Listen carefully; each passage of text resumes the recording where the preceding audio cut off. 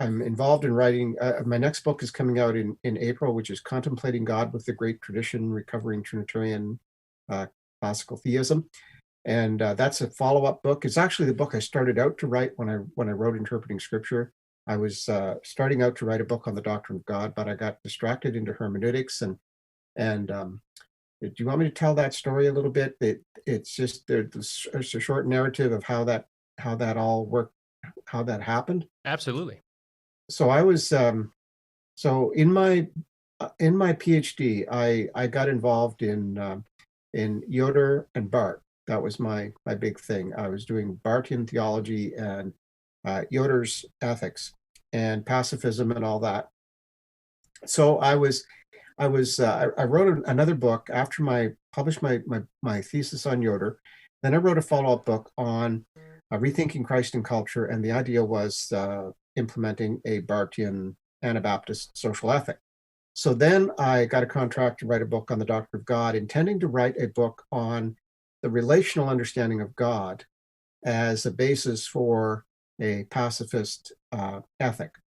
And I started out to write the book, and I was under the influence of people like Colin Gunton, John Zizioulis, Stanley Grenz, people who were promoting relational theism and who said that the Cappadocians were the real Trinitarians, that Augustine in the Western tradition was really a bunch of monotheists, and that the real Trinitarians were the Cappadocians, and they're real because basically they interpret them as teaching a kind of social Trinitarianism, three distinct centers of consciousness, in the three persons of the Trinity.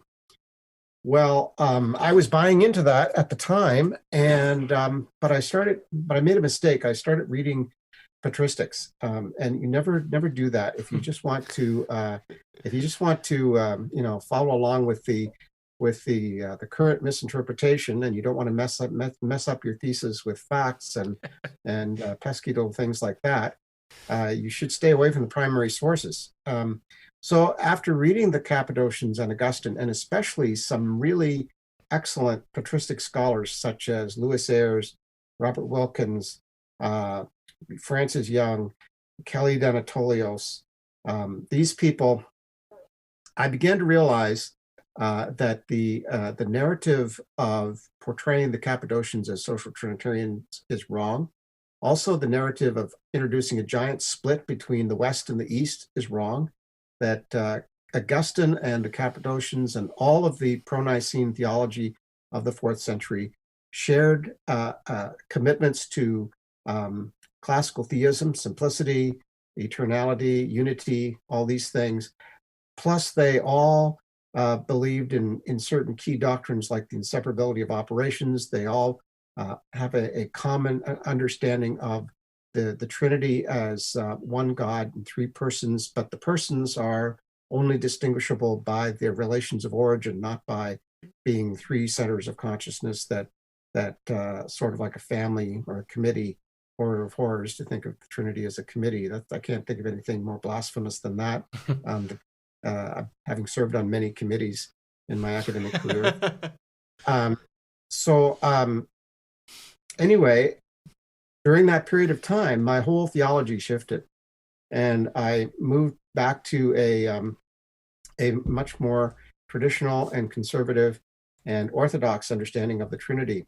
And for about 14 years, I didn't publish any books because I was doing penance and learning stuff.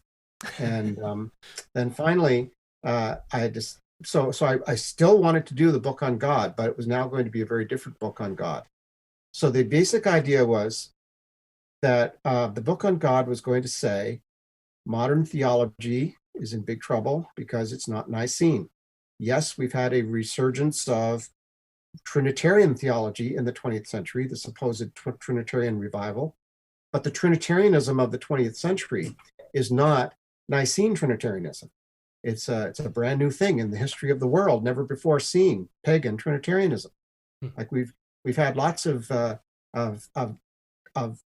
heresies to do with the doctrine of God, but they mostly involve God being in a deistic sense, an overemphasis on the unity. Most of the tradition up until the 20th century, most of the people who were Trinitarian were actually Orthodox Nicene. And if you didn't want to be Orthodox, you tended to move in the direction of Unitarianism. But now we have in the post-Barthian situation with people like Moltmann and Pannenberg, we actually have a Trinitarian revival, but the Trinitarianism is not the same as Nicene Trinitarianism.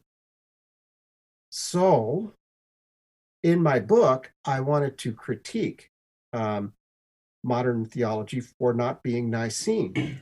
Then I realized, but they're just going to say that the hermeneutics of the fathers is all wrong anyway. It's all allegorical. It's all subjective.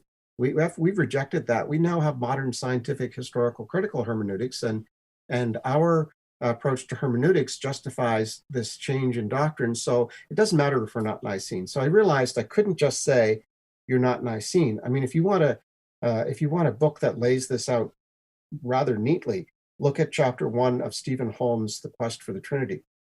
There you see an excellent summary of where the 20th century is at odds with the traditional doctrine.